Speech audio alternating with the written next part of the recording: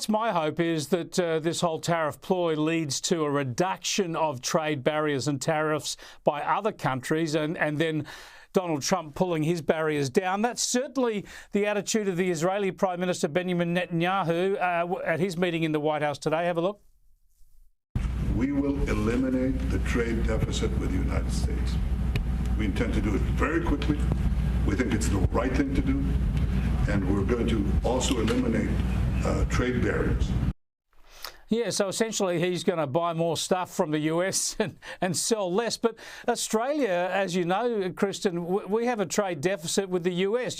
You send us more stuff than we sell to you, yet we've been caught up in this as well.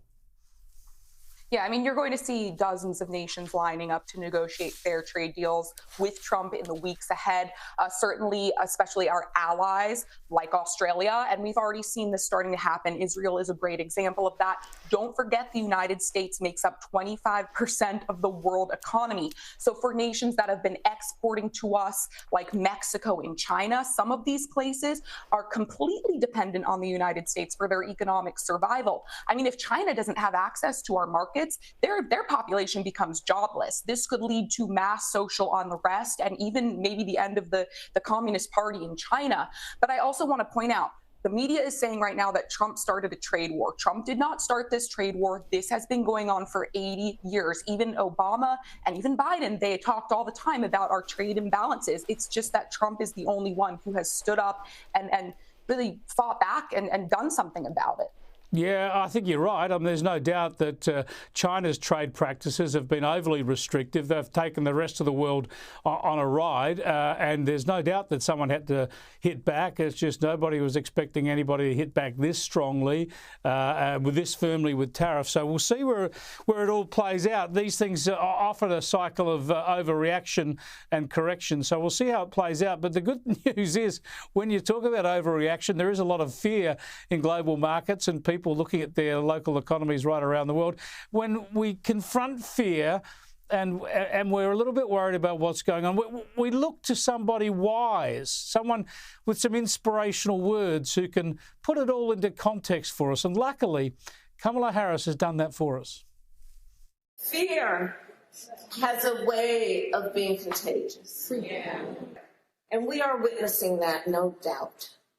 But I say this also, my dear friends, courage is also contagious. Courage is also contagious.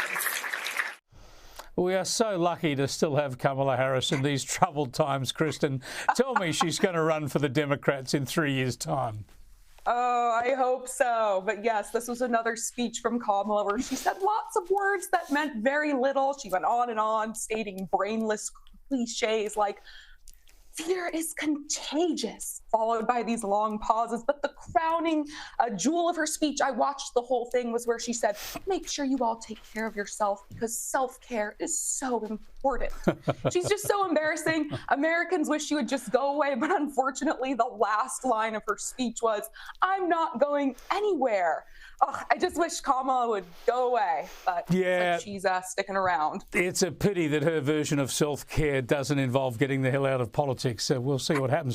And just an update on the current incumbent, of course, President Donald Trump. He's taken to Truth Social to tell us all that he's pleased to report his long-scheduled annual physical examination is going to be happening at the Walter Reed Medical Centre on Friday.